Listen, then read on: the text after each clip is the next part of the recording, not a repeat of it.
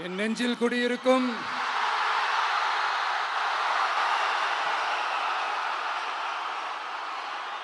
திருநெல்வேலி மக்கள் உங்கள் அனைவருக்கும் என்னுடைய வணக்கம். வணக்கம் வணக்கம் வணக்கம் வணக்கம். எல்லாரும் எப்படி இருக்கீங்க?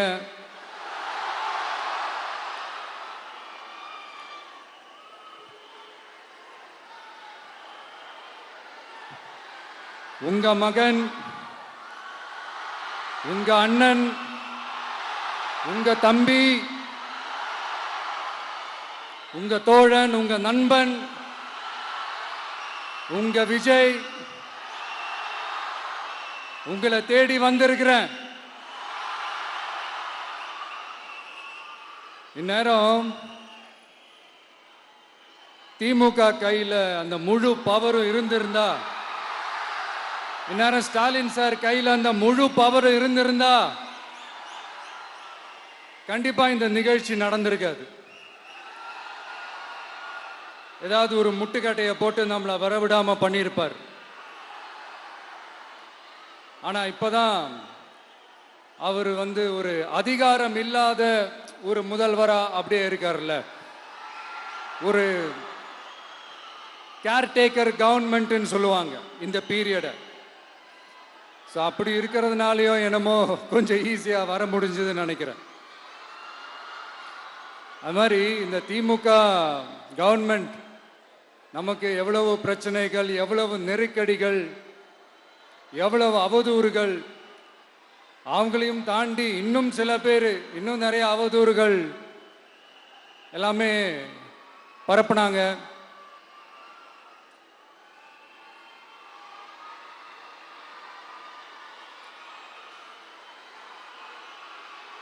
இந்த திமுக கூட்டணிக்கும் பாஜக கூட்டணியுமே இவங்க ரெண்டு பேருமே வெளியில வேணா தனித்தனியா இருப்பாங்க, ஆனா உள்ளுக்குள்ள இவங்க ரெண்டு பேருமே ஒண்ணுதான். இவங்க ரெண்டு பேருக்குமே ஒரே நோக்கம்தான். அது என்ன நோக்கம் தெரியுமா? உங்களுக்காக நல்லது செய்ய, உங்களுக்காக உழைக்க, உங்களோட கூடவே நிக்க இந்த விஜய் வந்துடக்கூடாது. அதுதான் அவங்களுடைய அந்த நோக்கமே. ஏன்னா இந்த விஜய் வந்ததிலிருந்து அவங்க நிறைய இந்த ஊழல்லாம் செஞ்சுக்கிட்டு இருந்தாங்கல்ல, ஒரு லிஸ்ட் போட்டு சொன்னல, அதெல்லாம் அவங்களால செய்ய முடியாம போச்சு. எல்லாத்துலயும் மண்ணு விழுந்துருச்சு. அதனால செம்ம கோபத்தில் இருக்கிறாங்க என் மேல. அதே மாதிரி அடுத்து ஆட்சிக்கு வர முடியாத ஒரு சூழ்நிலைய மக்களே நீங்களே ஆல்ரெடி உருவாக்கிட்டீங்க. இந்த கூட்டணி கணக்கு, அந்த கணக்கு, இந்த கணக்கு எதுவுமே எடுபடல. இந்த அரித்மேட்டிக் கணக்கு, மேத்தமேட்டிக்ஸ் கணக்கு எல்லாமே மண்ணுக்குள்ள புதைச்சிட்டீங்க. அப்புறம் இந்த கொள்ளையடிச்சு வச்சிருக்கிற இந்த பணத்தை எல்லாம் வச்சு கல்லாப்பட்டி கூட்டணின்னு ஒன்று சேர்த்து வச்சிருந்தாரு. அது எல்லாமே இப்ப கலகலத்து போய் நிக்குது. டாப் தனியா, பாட்டம் தனியா, ரீப்பர் தனியா, ஜாயிண்ட் தனியா, அப்படி நிக்குது தனித்தனியா. எல்லாமே அப்படியே ஒட்ட வச்சுக்கிட்டு இருக்கிறாரு. கூட்டணி கட்சிக்காரங்களே ஒருத்தருக்கு ஒருத்தர் ஓட்டு போட்டுக்க மாட்டாங்க போல் இருக்கு. அப்படி இருக்கு நிலைமை இந்த திமுக கூட்டணியில. சரி, இவங்களுக்கு தான் இந்த நிலைமைன்னு பார்த்தா இந்த பாஜக தலைமையில் மற்றும் பலர் அவங்க நிலைமை இன்னும் மோசமா இருக்குது. அதனால மக்களே, இந்த திமுகவோட நேரடி கூட்டணிக்கும் மறைமுக கூட்டணிக்கும் நம்ம மேல காண்டு.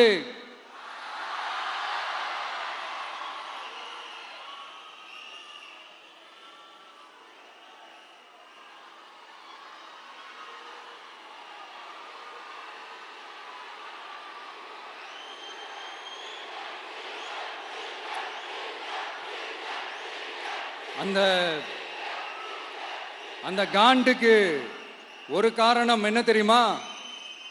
அவங்க வீட்டிலேயே, அவங்க குடும்பத்திலேயே விசில் சத்தம் பலமா கேக்குதான்.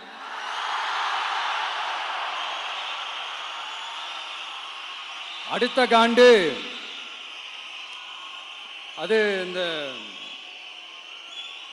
சில சில பல கோடிகளை கொடுத்து நம்ம தமிழ்நாட்டு காங்கிரஸை பையில போட்டுக்கிட்டாங்க. யாரு? ஸ்டாலின் சார். ஆனா உண்மையான காங்கிரஸ் யாரு பக்கம் நிக்குது? நம்ம பக்கம் நிக்குது. சிறுபான்மை மக்களோட அந்த திமுக சாயம் வெளுத்து போச்சே. இந்த விஜய் என்னடானா மதச்சார்பற்ற கொள்கையோட உண்மையான ஒரு முகமா இருக்கிறானே. இந்த சிறுபான்மை மக்கள் வேற இந்த விஜய் பக்கம் தானே நிக்கிறாங்க அப்படின்ட்டு இந்த திமுகவுக்கும் பாஜகவுக்கும் என் மேல காண்டோ காண்டு. அதுக்காக நாம் என்ன செய்ய முடியும்? இந்த 33 வருஷமா ஒவ்வொரு வீட்டுக்குள்ளேயும் ஒவ்வொரு மனசுக்குள்ளேயும் போறதுக்கு நாம் பட்ட பாடு எனக்கு தானே தெரியும். அதனாலதான் நான் முன்னாடியே சொன்ன மாதிரி கட்சி ஆரம்பிச்சுட்டு ஒவ்வொரு வீட்டுக்குள்ளேயும் நான் போல, ஒவ்வொரு வீட்டுக்குள்ளேயும் போனதுக்கு அப்புறம் தான் கட்சியாவே ஆரம்பிச்சிருக்கிறேன்.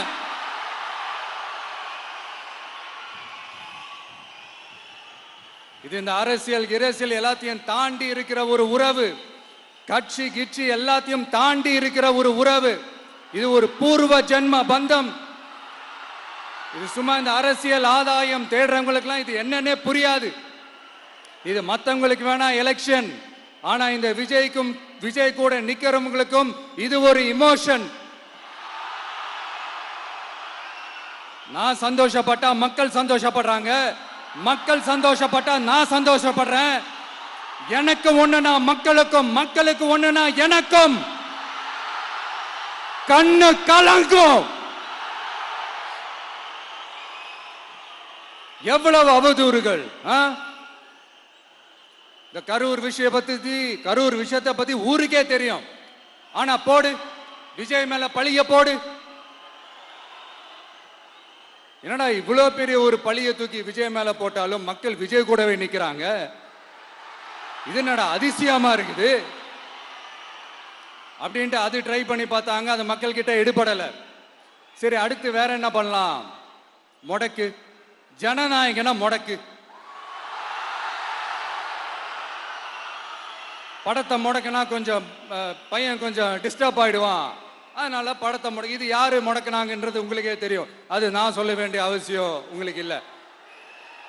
ஆனா இவனாடா இவன் படத்தை முடக்கினாலும் அவன் பாட்டுக்கு அதை கண்டுக்காம அவன் பாட்டுக்கு வேலையை பார்த்துட்டு போயிட்டே இருக்கான். அதுவும் எடுபடல. சரி, அடுத்து வேற என்ன பண்ணலாம்? போடு, SOPன்னு ஒண்ணு போடு. விஜய்க்கு மட்டும் தனியா ரூல்ஸ், தனியா ரெகுலேஷன்ஸ், தனியா கண்டிஷன்ஸ் அவனுக்கு மட்டும் போடு. மற்ற கட்சிகள்லாம் விடு, விஜய்க்கு மட்டும் தனி கண்டிஷன்ஸ் போடு. அவன் வெளியவே வரக்கூடாது, மக்களை சந்திக்கவே கூடாது. என்னாச்சு? அதுவும் எடுபடல. சரி, அடுத்து வேற என்ன பண்ணலாம்? நம்மளை சுத்தி இருக்கிறவங்களை வச்சு, அதாவது இத்தனை வருஷமா வெயிட் பண்ணி இப்போ எலெக்ஷனுக்கு 30 நாளைக்கு முன்னாடி கரெக்டா அந்த டைம் பார்த்து ஒரு அவதூறு பரப்ப வேண்டியது. அது என்னன்னு உங்களுக்கே தெரியும். அதுவும் மக்கள் கிட்ட எடுபடல. அது மாதிரி எத்தனை சோதனைகள், எத்தனை வேதனைகள் நீங்க கொடுத்தாலும் இந்த திமுக நாளையோ இல்ல இந்த பாஜக நாளையோ இல்ல இந்த மற்ற பலர் நாளையோ இல்ல எந்த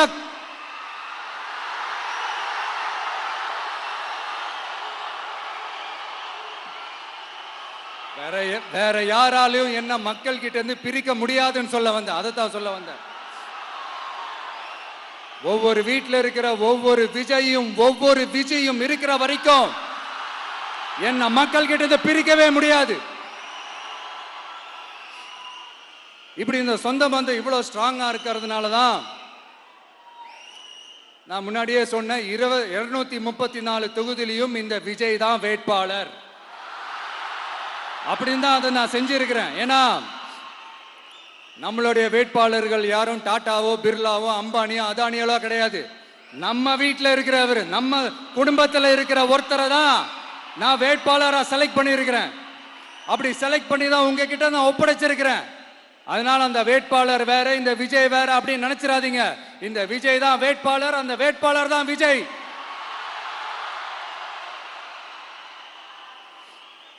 இத்தனை வருஷம் யார் யாருக்கோ ஓட்டு போட்டீங்க. ஆனா இந்த வருஷம் உங்க வீட்டில் இருக்கிற ஒருத்தருக்கு, உங்க வீட்டில் இருக்க நம்ம குடும்பத்தில் இருக்கிற ஒருத்தருக்கு நம்ம ஓட்டு போட போறோம். அந்த வேட்பாளர்களுக்கு நீங்க ஓட்டு போடுறது நமக்கு நாமளே ஓட்டு போட்டுக்கிற மாதிரி. அந்த வேட்பாளர் ஜெயிச்சா நாம ஜெயிச்ச மாதிரி. இப்படிப்பட்ட ஒரு எமோஷனலான ஒரு எலெக்ஷனை தமிழ்நாடு இல்ல, இந்தியாவே பார்த்திருக்காது. இது நீங்க எவ்ரி 5 years வர ஒரு எலெக்ஷன் மாதிரி இதை நினைச்சிடாதீங்க. இது வேற, இது ஒரு அதிசய எலெக்ஷன். 50 வருஷத்துக்கு ஒரு வாட்டி நடக்கிற ஒரு எலெக்ஷன் மாதிரி. அதனால அந்த சான்ஸை மிஸ் பண்ணிடாதீங்க மக்களே. ஒரு காமராஜர் தானா, ஒரு அண்ணா தானா, ஒரு எம்ஜிஆர் தானா நம்ம தமிழ்நாட்டுக்கு? அவங்கள மாதிரி வேற யாருமே வந்துட மாட்டாங்களா அப்படின்னு நீங்க ஏங்கினது எனக்கு தெரியும். அத மனசுல வச்சுக்கிட்டு தான் நம்ம டிவிக்கே வந்திருக்கிறோம். நம்ம டிவிக்கே யார் யார் மாதிரி எல்லாம் உழைக்கும் சொல்லவா? ஐயா முத்துராமலிங்க தேவர் மாதிரி, ஐயா வீரன் சுந்தரலிங்கம் மாதிரி, ஐயா வாவுசி மாதிரி, ஐயா அழகு முத்துக்கோன் மாதிரி, ஐயா கட்டபொம்மன் மாதிரி, ஐயா ஒண்டி வீரன் மாதிரி, ஐயா குரூஸ் பெர்னாண்டஸ் மாதிரி மாதிரி ஒட்டுமொத்த தமிழ்நாட்டு மண்ணுக்கும் உழைக்கும், உழைச்சிக்கிட்டே இருக்கும். இந்த எலெக்ஷன்ல நம்ம டிவிக்கு ஆட்சி அமைஞ்சா அதென்ன அமைஞ்சா அமைக்கிறோம். எப்படி அமைக்கிறோம்? நம்ம டிவிக்கு ஆட்சி அமைஞ்ச உடனே பெண்கள், இளைஞர்கள் எல்லாருமே நல்லா இருப்போம், நல்லா இருப்போம், நல்லா இருப்போம். விவசாயிகள், மீனவர்கள், உழைக்கிற மக்கள் எல்லாருமே நல்லா இருப்போம், நல்லா இருப்போம், நல்லா இருப்போம். இன்னும் பல வருஷத்துக்கு நம்மளுடைய குடும்பங்கள், நம்மளுடைய சந்ததிகள், நம்மளுடைய தலைமுறைகள் எல்லாருமே நல்லா இருப்போம், நல்லா இருப்போம், நல்லா இருப்போம். அதனாலதான் மீண்டும் மீண்டும் சொல்றேன், வேற யாருக்காவது ஓட்டு போட்டு உங்க ஓட்டை வேஸ்ட் பண்ணிடாதீங்க. அதனாலதான் பார்த்து பார்த்து உங்களுக்கான வாக்குறுதிகளை நாம அதை அறிவிச்சிட்டு இருக்கிறோம். சொல்லாதத, செய்ய முடியாததெல்லாம் சொல்லவே மாட்டோம். அதுல ரொம்ப உறுதியா இருக்கிறோம். சொல்லாததை செய்வோம், அது வேற விஷயம். ஆனா செய்யறத மட்டும் தான் சொல்லுவோம். யங்ஸ்டர்ஸ், விவசாயிகள், மீனவ, இந்த மாதிரி பல திட்டங்கள் இருக்கு, எல்லாத்தையுமே நிறைவேற்றுவோம். இந்த விஜய் அதை சாத்தியமாக்கி காட்டுவான். இதை நான் ஏன் இவ்வளவு ஸ்ட்ராங்கா சொல்றேன் அப்படின்னா, மக்கள் பணத்திலிருந்து ஒரு பைசா கூட தொட வேண்டிய அவசியமே எனக்கு இல்லை. உங்களுக்கு புரியுதுங்களா? உங்களுக்கு மக்களுக்கு தப்பே நடக்காது, தப்பே நடக்க விட மாட்டேன். இப்ப நான் சொன்னல, மக்கள் காசுல இருந்து ஒரு பைசா கூட தொட மாட்டேன்னு. அத இப்ப ஆண்டுகிட்டு இருக்கிறவங்க, இதுக்கு முன்னாடி ஆண்டவங்க தில்லா சொல்ல முடியுமா? என்னை எதிர்த்துட்டு இருக்கிறவங்களால தில்லா, கட்ஸா, கெத்தா இத சொல்ல முடியுமா? நீங்க ஒழுங்கா ஆட்சி நடத்திருந்தா பெண்கள் பாதுகாப்பு ஏன் இவ்வளவு மோசமா இருக்குது? இளைஞர்களுக்கு ஏன் வேலை வாய்ப்பு இல்லாம போச்சு? போதைப் பொருள் கலாச்சாரம் ஏன் அதிகமா இருக்கு? சட்டம் ஒழுங்கு ஏன் சரியா இல்ல? வன்முறை ஏன் தலைவரிச்சு ஆறுது? இதுக்கு உங்களால பதில் சொல்ல முடியுமா ஸ்டாலின் சார்? பதில் சொல்ல தகுதி இருக்கான்னு தான் கேட்டிருக்கணும். ஆனா கொஞ்சம் நாகரிகம் கருதி அப்படி வேணான்னு பாக்குறேன். 2-2.5 வயசு குழந்தைய துள்ள துடிக்க உங்க திமுக நிர்வாகி ஒருத்தன் கொன்னான, அதுக்கு என்ன பதில் சொல்ல போறீங்க? விளாத்திக்குளம் பக்கத்துல +2 படிக்கிற ஒரு பொண்ணு டாய்லெட் வசதி சரியா இல்லாம ஒரு அவசரத்துக்கு காட்டு பக்கம் போய் ஒதுங்கினாங்களே, என்னாச்சு? இந்த உலகத்தை விட்டே போயிட்டாங்க. அதுக்கு என்ன பதில் சொல்ல போறீங்க? இந்த பிள்ளைங்களை உங்களால திருப்பி கொடுக்க முடியுமா சார்? 5 வருஷமா போலீஸ் டிபார்ட்மெண்ட்டை கையில வச்சுக்கிட்டு என்ன சார் பண்ணீங்க? பொம்மைகள் மாதிரி வச்சு விளையாடிட்டு இருந்தீங்களா? ஒரு மனசாட்சின்றது வேணாம். நாங்குநேரி பிரச்சனையை பத்தி பேசினா அது போதையில நடந்துச்சான், போதை பொருட்கள்னால அது நடந்துச்சான். பெரிய கண்டுபிடிப்பு எங்களுக்கு தெரியாது பாரு, அது எங்களுக்கும் தெரியும் உங்களுக்கும் தெரியும். கேள்வி அது இல்ல, அதை ஏன் தடுக்கலன்றதுதான் எங்களுடைய கேள்வி. இது மட்டுமா? மணலை திருடுறாங்க, மண்ணை திருடுறாங்க, மலைகளை முழுங்குறாங்க, சட்டவிரோதமாக கல்குவாரி நடத்துறாங்க, மணல் மாஃபியா அது ஒரு பக்கம் நடந்துகிட்டு போகுது. இன்னொரு பக்கம் மினிஸ்டர்ஸ் கொள்ளையடிக்கிறாங்க, இன்னொரு பக்கம் குடும்பமா சேர்ந்து கொள்ளையடிக்கிறாங்க. டாஸ்மாக்ல ஊழல், நகராட்சி துறையில ஊழல், இப்படி ஊழல் ஊழல், ஆட்சி முழுக்க ஊழல் ஊழல்லே ஊறி போய் நாரி போய் கிடக்குது. எந்த மூஞ்ச வச்சுக்கிட்டு சார் வந்து ஓட்ட கேட்பீங்க?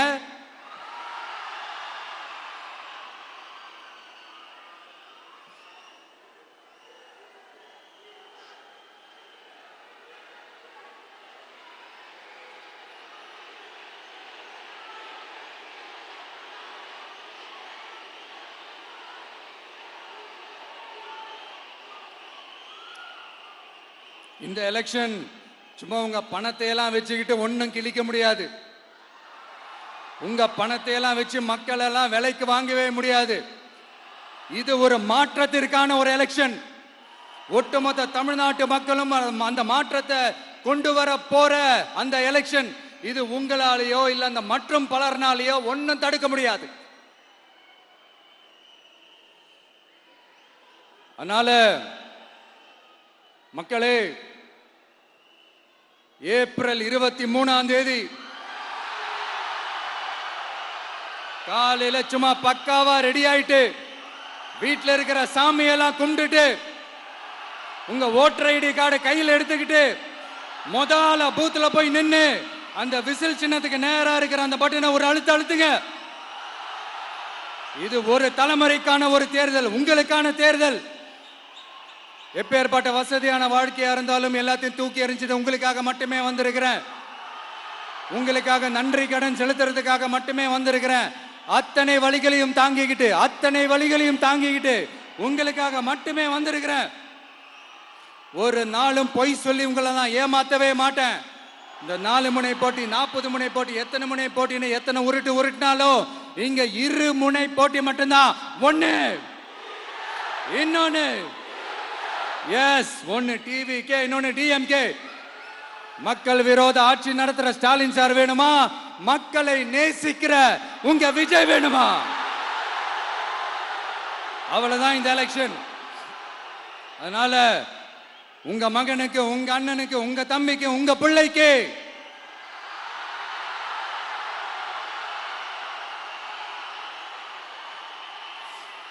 ஒரே ஒரு வாய்ப்பு கொடுங்க. தயவு செஞ்சு விசில் சின்னத்துக்கு ஓட்டு போடுங்க. இது ஒரு விசில் புரட்சி தேர்தலா இருக்கணும். நான் தன்னந்த நீயாளு, நீ நம்ம அப்பாரு, கொஞ்சம் நவந்தனா இங்க 8 கோடி பேரு, மிரல போது ஸ்டேட்டு நம்ம விசில் சத்தம் கேட்டு, நல்ல வங்க வாழ இங்க விசில் கடி ஓட்டே. கடைசி நம்பிக்கை மக்களை தேடி வருது, அதை இறுக்கி புடிச்சு ஒரு வரலாறு எழுது. உங்க விஜய், நான் வரேன். விசில் அடிக்க ரெடியா? கான்பிடண்டா இருங்க, நல்லதே நடக்கும், வெற்றி நிச்சயம். மீண்டும் சந்திக்கும் வரை நன்றி, வணக்கம்.